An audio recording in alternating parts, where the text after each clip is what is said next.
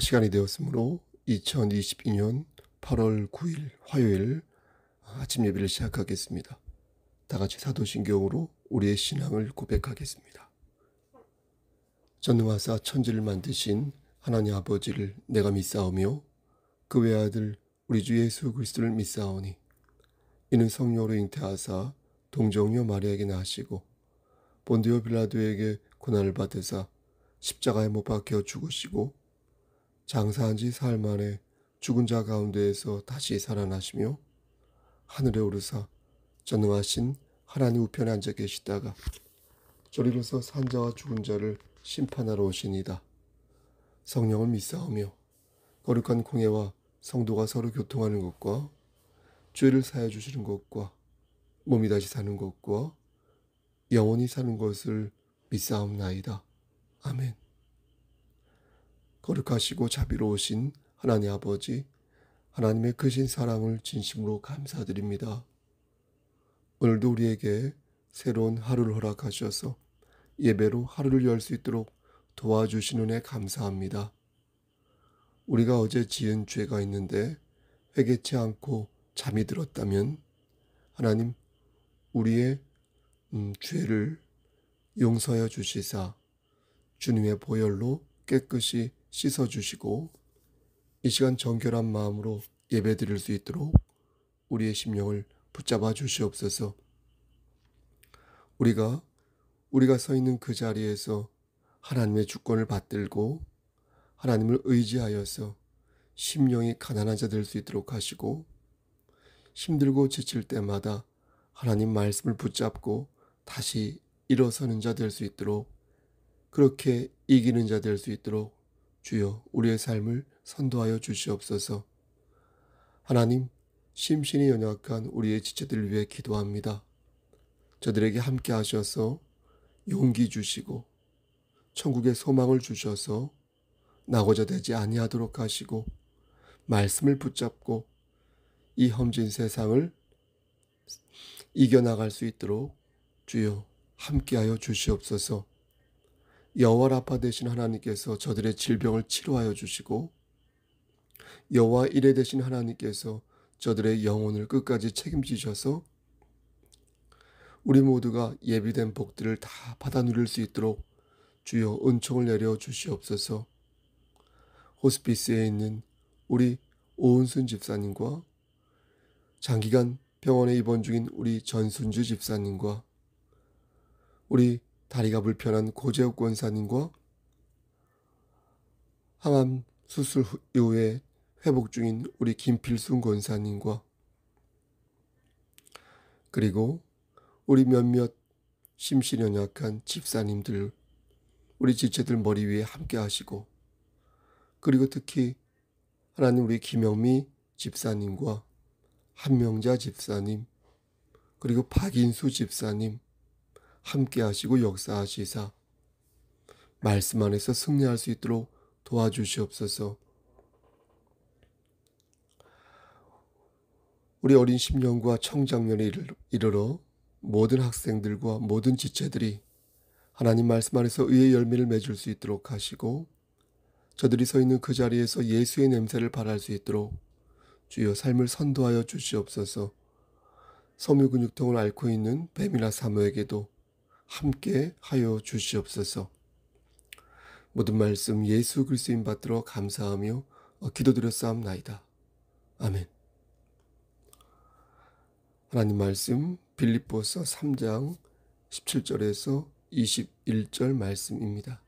빌립보서 3장 17절에서 21절입니다. 신약성경 제 성경으로 321쪽입니다. 17절 형제들아 너희는 함께 나를 본받으라. 그리고 너희가 우리를 본받은 것처럼 그와 같이 행하는 자들을 눈여겨보라. 내가 여러 번 너희에게 말하였거니와 이제도 눈물을 흘리며 말하노니 여러 사람들이 그리스도의 십자가의 원수로 행하느니라. 그들의 마침은 멸망이요 그들의 씨는 배요 그 영광은 그들의 부끄러움에 있고 땅의 일을 생각하는 자라. 그러나 우리의 시민권은 하늘에 있는지라.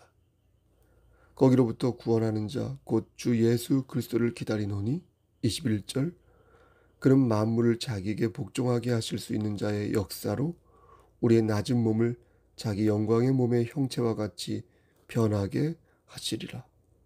아멘. 하나님, 이 말씀을 들어 사용하여 주시옵소서. 예수님의 이름으로 기도합니다. 아멘. 우리는 종종 어떤 사람이 되어야 할까 고민하곤 합니다. 그렇지 않습니까, 여러분? 어른일수록 어린아이와 어른의 차이를 고민하는데, 그 이유는 생물학적으로는 어른임에도 불구하고 어린아이처럼 생각하고 행동할 때가 많아서입니다. 책임감 있게 행동하지 않고 이기적으로 행동하면서 매사 계획 없이 시간을 날려버리는 것을 보면 이게 어른이 맞나 싶은 것입니다. 제 얘기입니다. 오늘 본문은 우리가 어떤 시민이 되어야 하는지 말씀해 줍니다. 시민은 여러 사람 중에 한 사람을 가리킬 때 시민이라고 부릅니다. 그러니까 오늘 본문은 개인으로서 어떻게 살아야 하는지를 말씀하기보다 공동체 안에서 개인이 어떻게 살아야 하는지를 말씀한다고 보아야 할 것입니다. 저는 예전에 공동체의 유형을 크게 세 가지로 구분할 수 있다고 설명한 적이 있습니다. 학자마다 조금씩 견해가 다른데 저는 여러 가지를 참조하여서 다음과 같이 생각하고 있습니다. 먼저 군중이 있습니다. 군중은 본능대로 움직이는 무리입니다. 소위 군중심리라고 하여 주체적인 생각 없이 갈팡질팡하거나 일희일비하는 그런 모습을 보입니다. 여기가 좋은 것 같으면 우르르 몰려가고 또 저기가 좋은 것 같으면 또 우르르 몰려가서 진을 치는 그런 무리인 것입니다. 그다지 바람직한 공동체라고 이런 볼 수 있겠습니까? 볼 수 없을 것입니다. 하지만 어찌 보면 순진하고 순박하다고 말할 수 있습니다. 하지만 순진하지 않았으면 휘둘러지지 않았겠죠. 순진한 건지 어리석은 건지 상황마다 조금씩 다를 수 있으나 어쨌든 그들은 좌구우면할 때가 많습니다. 주체적이지 못하고 지혜롭지도 못하여 남들이 하자는 대로 따라가다가 그만 낭패에 빠지고 마는 것입니다. 두 번째 유형은 관중입니다. 이들은 이해가 아주 빨라요. 셈이 빨라요. 그래서 웬만하면 손해를 보지 않습니다. 합리적입니다. 이들은 자기에게 득이 되는 일이면 닭달같이 달려듭니다. 웬만하면 손해를 보는 일이 없게 뭘 하든 항상 계획을 가지고 본전 이상을 뽑아먹는 스타일입니다. 오늘은 프로야구 관중이었다가 내일은 농구 관중이었다가 그 다음은 골프 관중입니다. 어떻게 보면 매우 합리적이지만 어떻게 보면 냉정하고 영악하다고 볼 수 있습니다. 재미있는 것은 군중으로 살다가 산전수전을 다 겪고 나서 관중으로 사는 이가 적지 않다는 것입니다. 그래서 자기가 당한 것을 똑같이 다른 사람에게 이렇게 전가하는 혹은 퍼붓는 사람이 적지 않다는 것입니다.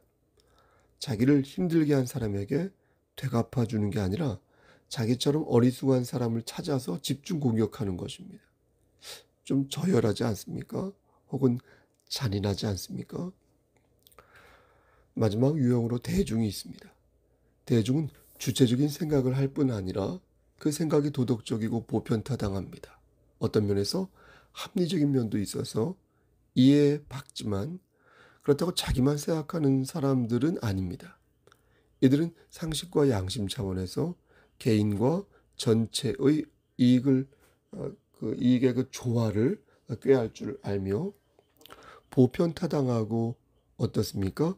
도덕적이며 객관적인 그런 정서를 좋아합니다. 또한 그들은 배운 것을 실현하기 위해 힘쓰며 그것을 다른 사람들에게 전수하기에 무지했습니다. 이런 사람들이 많은 사회는 지성과 교양이 넘치는 사회요. 신앙적으로는 성령이 충만한 사회를 하겠습니다. 그래서 저는 집단 지성과 집단 영성이 이렇게 한 궤에 담겨질 수 있다. 그래서 이런 것들이 가득한 곳이야말로 믿음의 공화국의 전형이라고 생각합니다. 이런 사람들이 교회에 많으면 교회 평판이 좋아집니다. 이런 사람들이 가정에 많으면 가정 평판이 좋아지고 회사 평판이 좋아집니다. 그의 심령 중심에 예수 그리스도가 계실 때 어떻습니까? 보편타당하고 도덕적이며 객관적이고 영적이고 지적인 그런 자질이 풍성해져서 과정과 결과가 모두 민주적이며 합당한 모양새를 갖게 되는 것입니다. 거듭 말씀드리지만 그리스도인은 하나님의 영광을 먼저 생각합니다. 교회는 그러한 대중입니다. 그러면서 그리스도인은 공익을 생각하고 국익을 생각합니다. 상식과 양심과 지성보다 우위인 것은 하나님의 영광이며 하나님의 영광을 추구할 때 자연스럽게 상식과 양심과 지성 또한 보완될 수 있는 것입니다. 그래서 그것이 인본주의 신앙이 아니라 하나님 중심의 신앙이 될 수 있는 것입니다. 예수 그리스도만이 우리의 구세주임을 믿고 인본주의 신앙을 경계하며 거짓 교사의 꿰매 넘어가지 않고 마귀가 뿌려놓은 어떤 만문이즘과 그 자본의 논리, 세상의 논리 있죠? 이런 것으로 신앙생활하지 않는 그것이 바로 집단 지성과 집단 영성으로 맺어진 대중의 진정한 모습이다. 그래서 충만한 믿음의 공화국의 전형이 될 수 있다. 부디 신앙의 도리를 반듯하게 견지하셔서 그러한 나라의 국민이, 시민이 일원이 되시기를 간절히 소원합니다. 오늘 본문 17절 말씀을 보면 바울이 이렇게 말합니다. 형제들아, 너희는 함께 나를 본받으라. 그리고 너희가 우리를 본받은 것처럼 그와 같이 행하는 자들을 눈여겨보라. 그렇죠?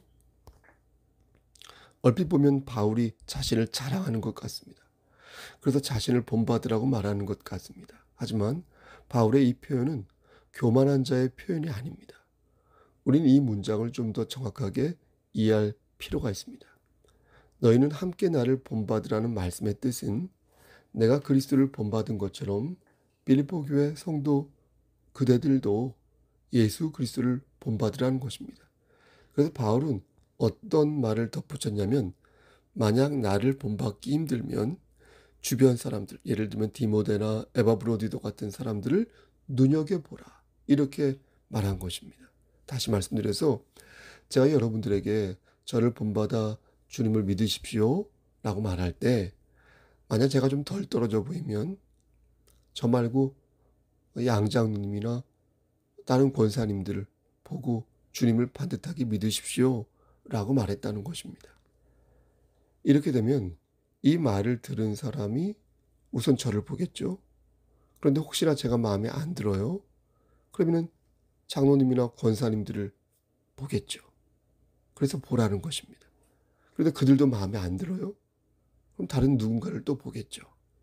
이렇게 주변을 눈여겨보면서 그리스도를 본받으라는 것입니다. 지금 눈앞에 그리스도가 없지 않습니까? 우리 앞에. 그렇죠? 그러니까 그리스도에게 속한 그리스도인을 봄으로써 그리스도를 닮는 삶을 살아가라는 것입니다. 이런 걸 보면 공동체의 질이 얼마나 중요한지 알 수 있습니다. 한 사람이 바뀐다고 세상이 바뀌는 게 아니라 주변 환경도 뒷받침이 되어야 바뀔 수 있는 거 아니겠습니까? 그렇게 안과 밖이 함께 무르익어 갈 때 혹은 바뀔 때 그것을 바라보는 자 역시 나란히 바뀔 수 있는 것이지 도적대 속에서 어떤 한 사람만 독야청청 산다면 여러분 지성과 그 영성을 유지하는 것이 정말 힘든 일인 것입니다. 근데 바울은 자신이 있었던 거예요. 왜냐? 자신 외에도 그리스도의 향기를 발할 수 있는 혹은 맡을 수 있는 그런 사람이 여러 명 있었으니까. 그러니까 자기가 후달리면 다른 사람들이 그것을 보완할 것이기에 자신이 있었던 거예요. 디모데와 에바 브로디도 같은 사람들이 있으니까 곁에 내가 마음에 안 들면 그들을 보라고 말할 수 있어서 정말 다행이라고 생각했던 것입니다. 저 역시 바울처럼 말할 수 있습니다. 심신이 연약한 자에게 어떤 성도를 눈여겨보세요. 이렇게 말할 수 있고, 기도가 필요한 자에게 어떤 성도를 눈여겨보시고 배우세요. 본받으세요. 라고 말할 수 있으며, 섬김의 자세가 필요한 어떤 사람에게 어떤 성도를 가리키며 그렇게 살 것을 저 역시 권면할 수 있다는 것이 퍽 다행인 것입니다. 이제 18절 말씀을 보겠습니다. 내가 여러 번 너희에게 말하였거니와 이제도 눈물을 흘리며 말하노니 여러 사람들이 그리스도의 십자가의 원수로 행하느니라. 성경에 나와 있지 않지만 원어 성경을 보면 맨 앞에 왜냐하면 이라는 문구가 들어있습니다. 즉 바울은 왜 자신이나 어떤 이들을 본받아야 하는지 이유를 말하는 것입니다. 그것은 여러 사람이 십자가의 원수로 행하고 있기 때문이라고 말합니다. 그래서 혹시나 빌립보 교회가 그들을 따라할까 봐 걱정된다는 것입니다. 그래서 그런 나쁜 것들은 배우지 말고 자신과 믿을 만한 몇몇 사람들을 본받아서 좋은 것만 배우라는 거예요. 좋은 것만 따라하라. 그렇게 가르치고 있는 것입니다. 바울은 나쁘게 행동하는 사람들을 그리스도의 십자가의 원수, 맞죠? 그리스도의 십자가의 원수 이렇게 표현하였습니다. 그들은 예수님과 다르게 행동했습니다. 예수님께서는 자기를 낮추셨거든요. 복종시키셨거든요. 자신의 목숨을 내어주셨는데 그리스도의 십자가의 원수들은 어떻게 했습니까? 반대로 자기를 높이고 자기가 주인이 되어 다른 사람을 해코지 하는 삶을 살았던 것입니다. 그럼 그들은 왜 그렇게 반대로 살았던 걸까요? 19절 말씀을 보면 그들의 마침은 멸망이요 그들의 신은 배요 그 영광은 그들의 부끄러움에 있고 땅의 일을 생각하는 자라. 왜 그렇습니까? 그들의 신이 배이기 때문에. 여기서 배란 우리 몸에 있는 그 배를 말합니다. 그러니까 저들은 자신의 배를 채우기 위해 십자가의 원수가 되었다는 겁니다.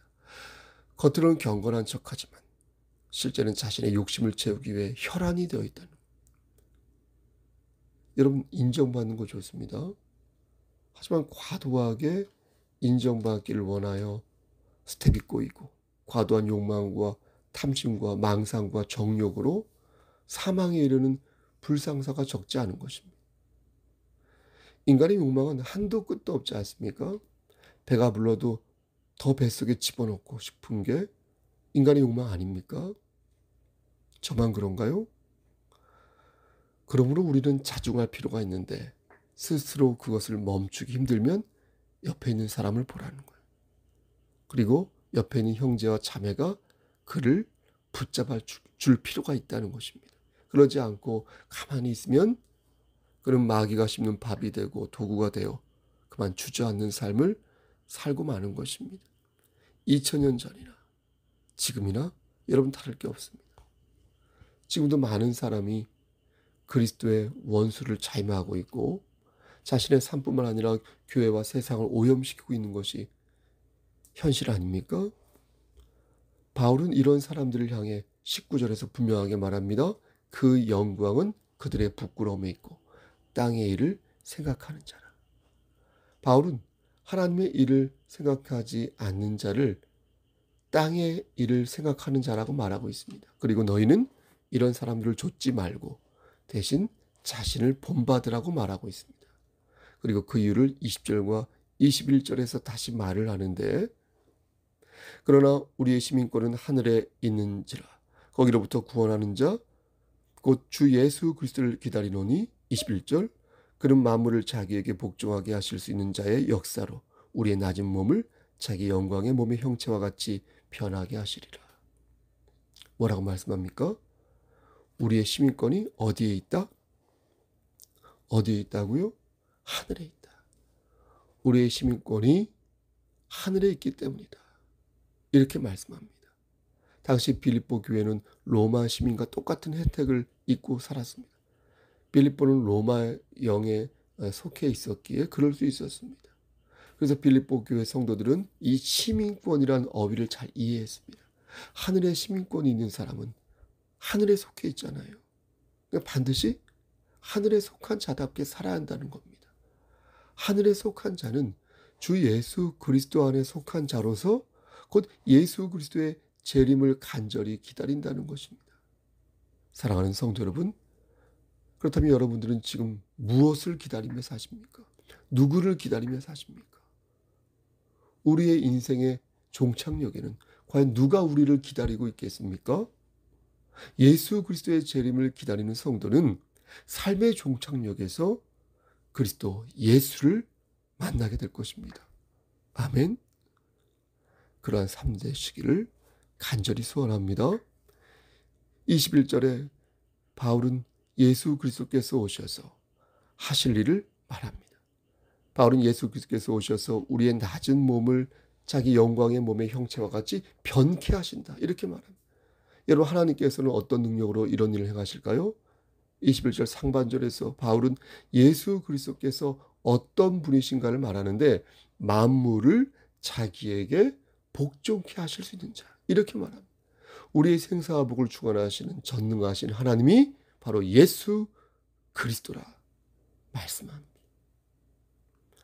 사랑하는 성도 여러분, 보십시오. 하나님께서는 우리가 하늘 시민답게 살기를 원하신다는 겁니다. 우리가 하늘 시민답게 살기 위해서는 바울이 그리스도를 본받은 것처럼 우리 또한 그리스도를 본받아야 할 것입니다. 우리의 배만 채우기 위해 땅의 일만 추구하며 사는 것이 아니라 바울이 그리스도를 본받은 것처럼 그리스도를 닮아 더욱 신령한 사람이 되기 위해 힘써야 할 것입니다. 힘 좀 쓰자는 거예요. 힘 좀. 멍하니 있지 말고 힘 좀 쓰자. 물론 넘어지고 쓰러질 때도 많이 있을 것입니다. 하지만 그때마다 다시 하나님의 은혜를 생각하여 다시 일어서서 하늘 시민답게 오늘을 사셨으면 좋겠습니다. 그리스도에게 속한 그리스도인으로서 하늘에 속한 사람으로서 오늘을 그렇게 아름답고 반듯하게 사시기를 우리를 죄에서 구속하여 주신 주님의 이름 받들어 간절히 축원합니다. 아멘. 이제는 우리를 죄에서 구속하여 주신 우리 구주 예수 그리스도의 은혜와 아버지 하나님의 만극하신 그 사랑하심과 성령 하나님의 교통하시고 인도하시는 모든 역사하심이 하나님 말씀 안에서 하늘 시민답게 살기를 소원하는 여기 모인 성도와 그들의 가정과 이 재단과 이 나라 위에 하나님의 크신 사랑이 세세토록 함께 계실지어다. 아멘. 예배를 마쳤습니다. 여러분 건강 유의하시고요. 코로나 조심하시고요. 비가 어제 많이 왔었는데 아무튼 여러 면에서 주의를 기울이시길 바랍니다. 여러분 무슨 일 있으면 연락 주시고요. 신방을 원하시는 분 언제든지 말씀해 주시기 바랍니다. 네, 오늘도 승리하십시오. 샬롬.